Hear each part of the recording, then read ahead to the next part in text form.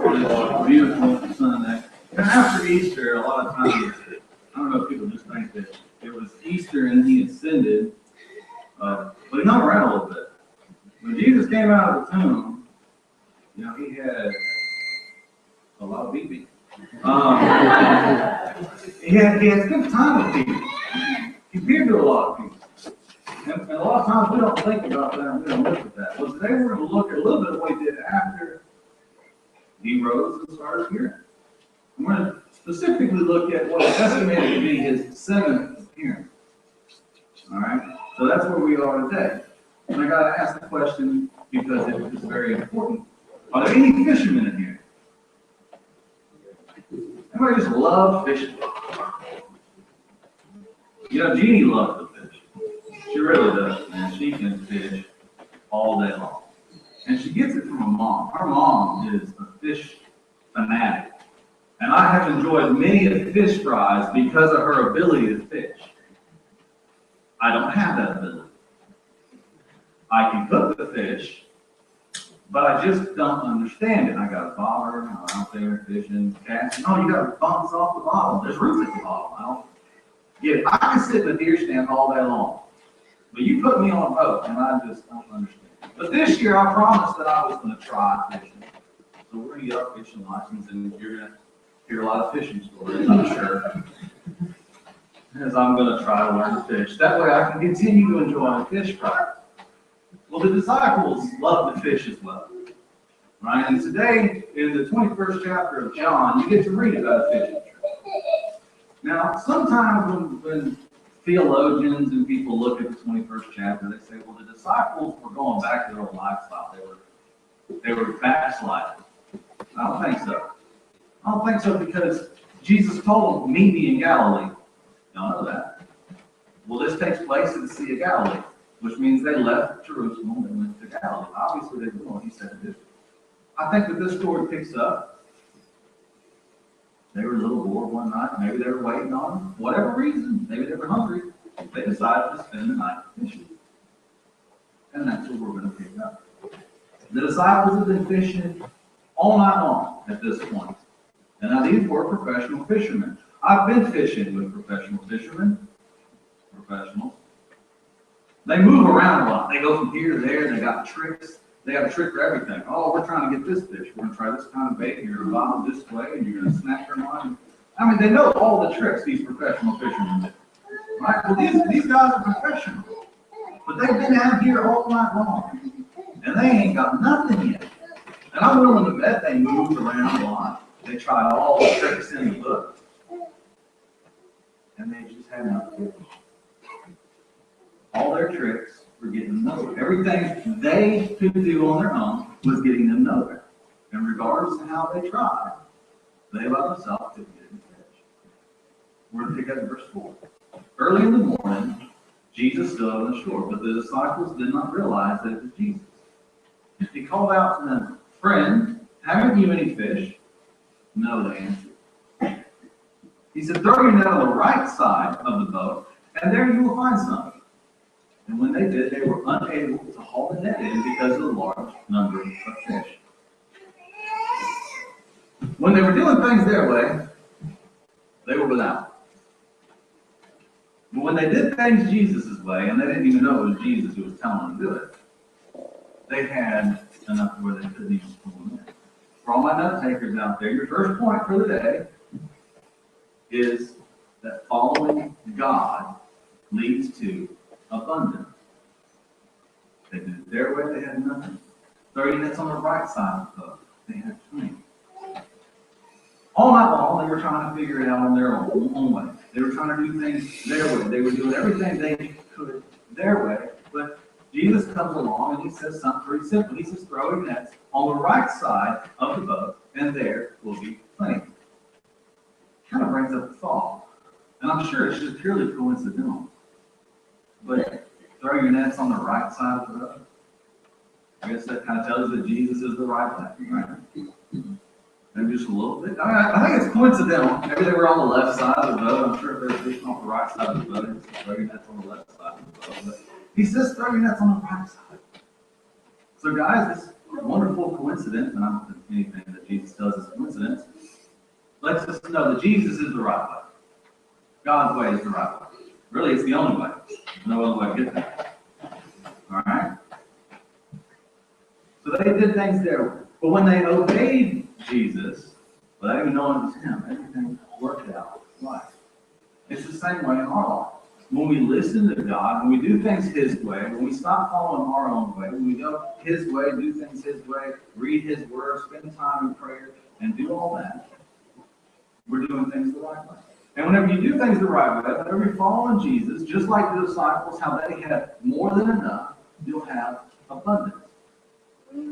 Now, I'm not talking some Joel Osteen crazy prosperity gospel stuff here. All right?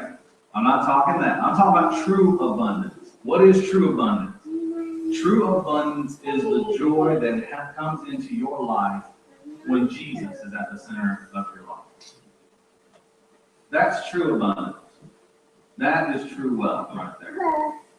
They miss the point whenever they're preaching all that other stuff. The truth about it is plain and simple. True abundance is joy that comes in that cannot be squashed by a competitive problem. It cannot be squashed by anything, because in every single circumstance, in every situation, regardless of what it is, there's Jesus. And where there's Jesus, there can't be nothing but joy. I'm going to pick up in verse 9. See, it's kind of cool.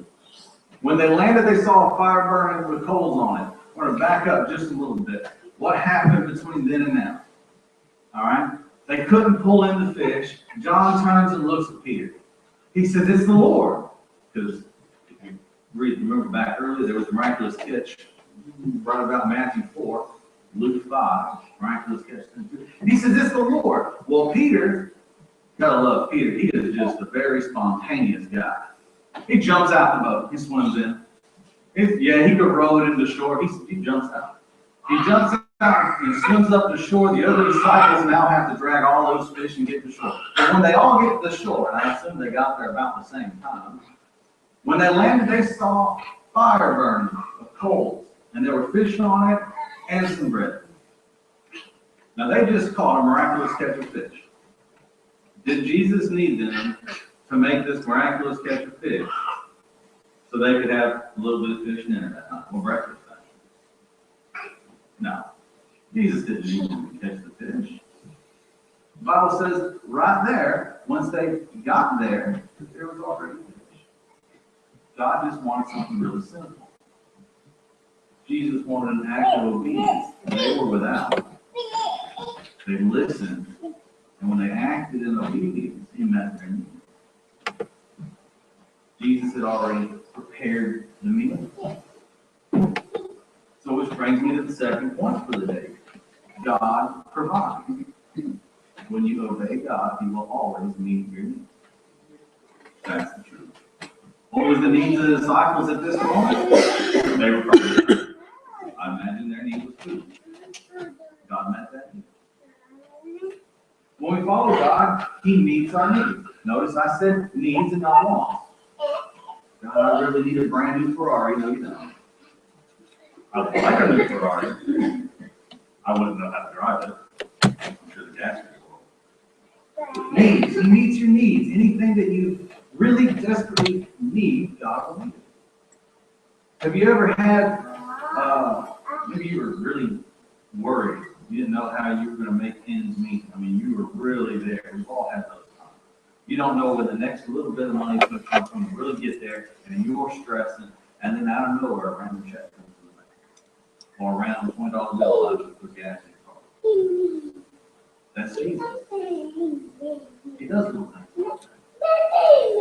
You ever had a situation come up in your life, you're like, man, tomorrow something's going to happen, we got a meeting, and we're just really just tearing knots in our own stomach. You're just stressing so bad. I've been there.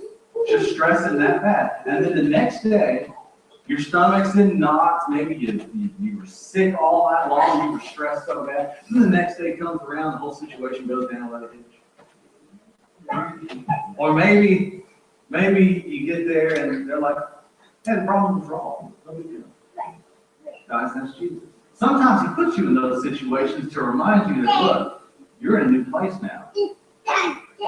It's not going to be that bad. You got to learn a little bit. That's Jesus. Or how about this? Have you ever been stuck in a situation? I mean, something comes up at work or maybe in your personal life, and you're like, I just don't know how to fix it. I'm just absolutely dazed and confused. I got a degree in this, and I can't make it work. I just can't figure it out. And then you get this little voice in your head that says, how about you try something completely opposite? And that maybe not even completely opposite, totally in the wrong direction. And you go, nothing else is working, I'll give that a shot too. And then you do it, and even though it seems really out there, it works. Solves the problem. Hey guys, Jesus' ways are not our ways. You know, he has his way of doing things to meet our needs. I mean, let's be honest about this. What difference would it have made if Jesus would have said, hey, the fish are over here, I'm going to make the fish swim into the net? He could have done that, couldn't he? He could have said, well, I'll just make the fish go into the net. He could have done that. Honestly, Jesus could have made all the fish jump into the boat and sink the boat. That would have been a pretty interesting thing to read too. It would have been pretty miraculous. But he didn't. He asked for a simple act of obedience. He said, if you will just pull your nets up and you will put them on the other side of the boat, you will have plenty of fish there. You will have abundance, and I will meet your needs. That's exactly what he says. And when we follow him, we get the same thing. When we follow him, he'll meet our needs. When you're honest with me, and you say, this is what I've got to do to follow Jesus, he'll meet your needs every time. And I don't know who this is for. This just keeps hitting in my head right now. You can't keep doing the same thing and expect something different. If that is for you, God wants you to know that. I don't know who that's for, but that's for somebody. Maybe it's somebody watching at home.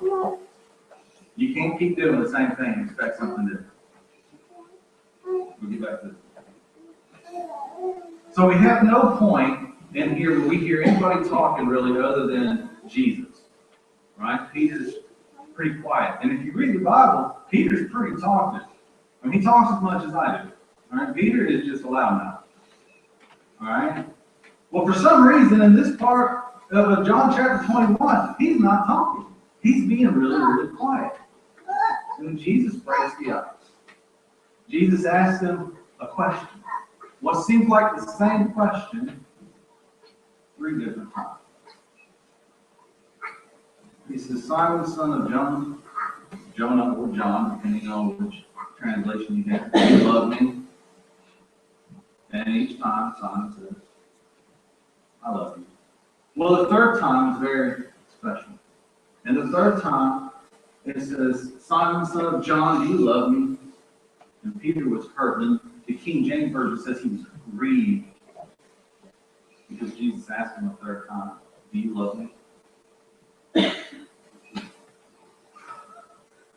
And he said, Lord, you know all things. You know that I love you. And Jesus said, quite simply, feed my sheep. Your third point for the day is God doesn't give up on us. He didn't give up on Peter. He didn't give up on Peter, and Peter denied him 3 times. And he don't give up on us. Have you ever just felt like God was giving up on you? You can look right here and just say, no, God don't give up on you. Here's an interesting little thing, though. Interesting little thing. The New Testament speaks of charcoal fire twice. Only 2 times in the New Testament do you ever read the words charcoal fire. The first time took place in a courtyard. It took place in a courtyard on a very specific night. The night that Jesus was being led away to be tried.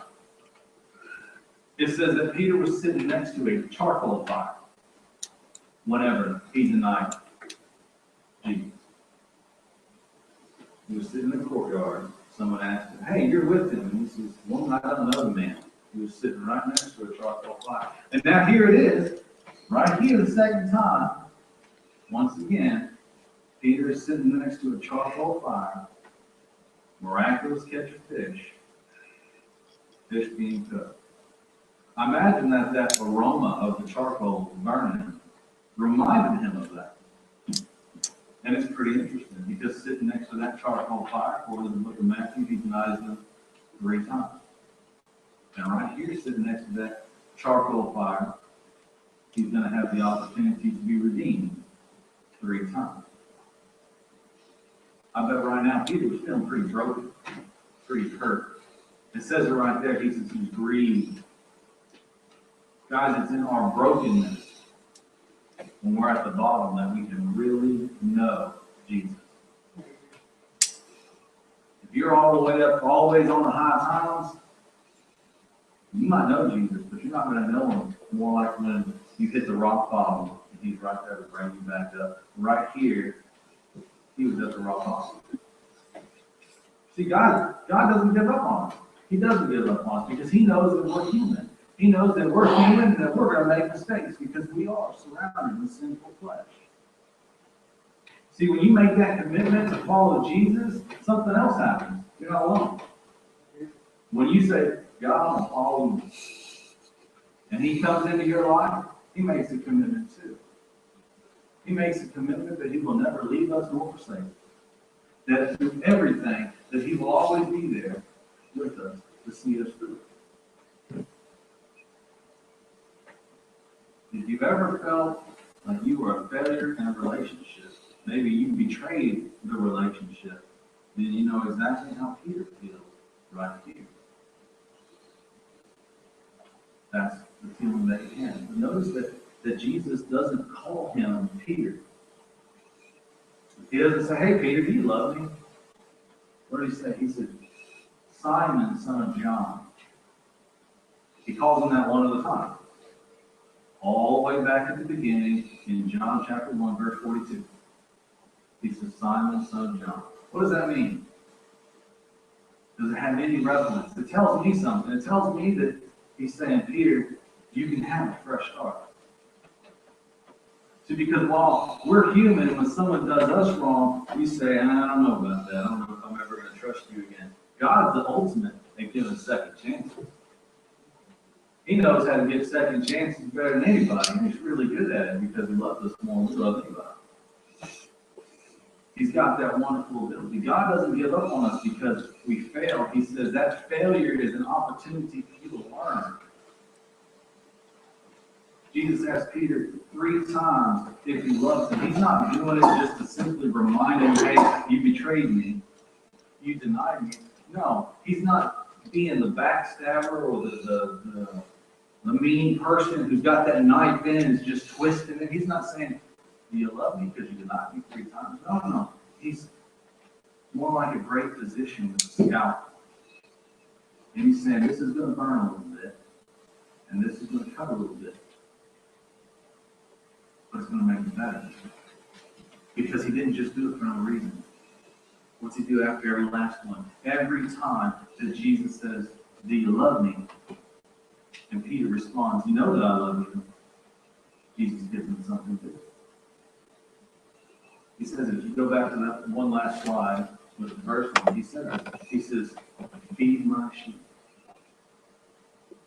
Because there's work that needs to be done. Every time, tend my sheep. Feed my sheep. Not only does Jesus forgive him and reinstate him as a disciple, as a follower, as someone and something, he doesn't love him. He says, if you love me, feed my sheep. The very next thing he says, follow me. Well, we're going to go back a little bit. We're going to jump back in the gospel just a little bit. Because this isn't the first time he said, follow me. This isn't the first time he said, feed my sheep. There's work to do. This echoes the Great Commission, but this comes all the way back from Matthew chapter 4, verse 19. Follow me, and I will make you fishers of men. There's work to do. See, the disciples understood fishing. So Jesus said, okay, Jesus started where people were. He says, you understand fishing? I'm going to reach out to fishing. These are fishermen. They understood the physical labor, the stress, the sweat off their brow that goes with fishing. So he says, follow me, and I will make you fishers of men. It's the same thing as go and make disciples. It's the same exact call, the same exact directive. In the Great Commission, he says, go, the action verb, the action, go, do something, reach out. Right here, he says, follow me. It's an action. Follow. You have to actively follow. I love what Joseph Stonewall, pastor of Moody Church, says. He identified the problem with modern church well. He says, we've become quite happy to call ourselves Christians with little or no thought of following, and Paul Harvey finished it up. He says, we've drifted away from being fishers of men. Are you ready for this? This is, might step on a toe. We've drifted away from being fishers of men to being keepers of the aquarium. You gotta love, Paul Harvey has a way with words. And when I read that, I said, ain't that the truth? So often we forget that we're supposed to go and do something, and we start thinking, well, we'll just stay right here and tend up. We'll just tend what we have right here. We got to get back to Paul, to actively doing what Jesus told us to do. Follow me, and I will make you fishers of men. Follow me comes before being fishers of men. Before we can do anything, before we can reach out and help even the slightest little bit for the kingdom, we've got to follow Jesus. That's it. But notice this, it says, follow me, and I will make you fishers of men. Following Jesus doesn't look the same for everybody. It doesn't. The way I follow Jesus is a little bit different than the way you follow Jesus. Why? Because we all spiritually just. But it also encompasses the same thing. When you follow Jesus, for everybody, it looks like this. You give up your own ambitions, your own affections, your own wants and needs, and you say, God, I'm going out here.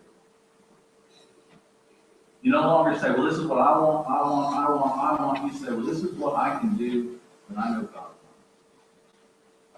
That's what it looks like. And when you do that, Jesus makes a promise. He says, I will make you fishers of men. Notice, you don't even have to do anything at that point. I will make you fishers of men. That's 100% a him thing. It doesn't say, follow me and together we'll fish for men. He says, follow me and I will make you fishers of men. What does that mean? We're going to go back to the fishing reference. I'm not talking about fishing today. When you think about fishing, you probably get in your head an image of a guy with a pole. That's kind of how we think about fishing. But that's not how they fish back in Jesus' day. Back in Jesus' day, they took the boat, they went at night, they used nets. They hung a lantern off the side of the boat, fish were attracted to the light. And just like fish were attracted to the light, to the disciples' light, man is attracted to the light of Jesus. Jesus says, I am the light of the world.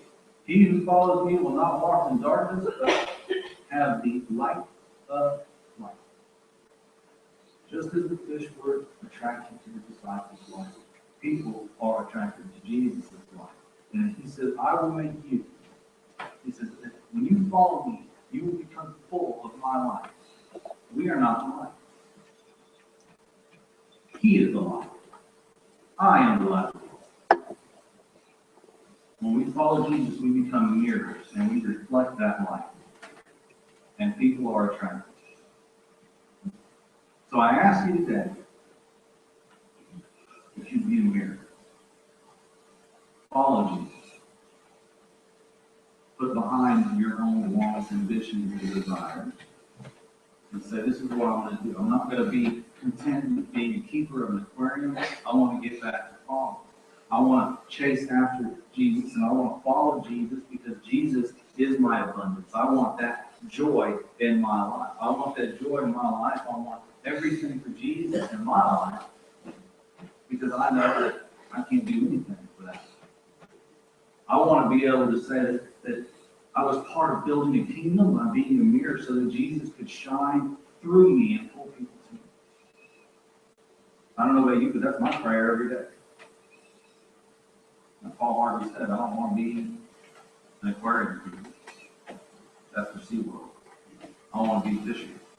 I want to actively have a sweat coming off my brow as I reach out and try to get people for Jesus. As I get out of my comfort zone and go places that I normally wouldn't go. As I do things that I normally wouldn't do, all for the hope that even in a town like we are in here, that I might reach more people than I've ever reached before. Please pray. Father, we thank you for this opportunity.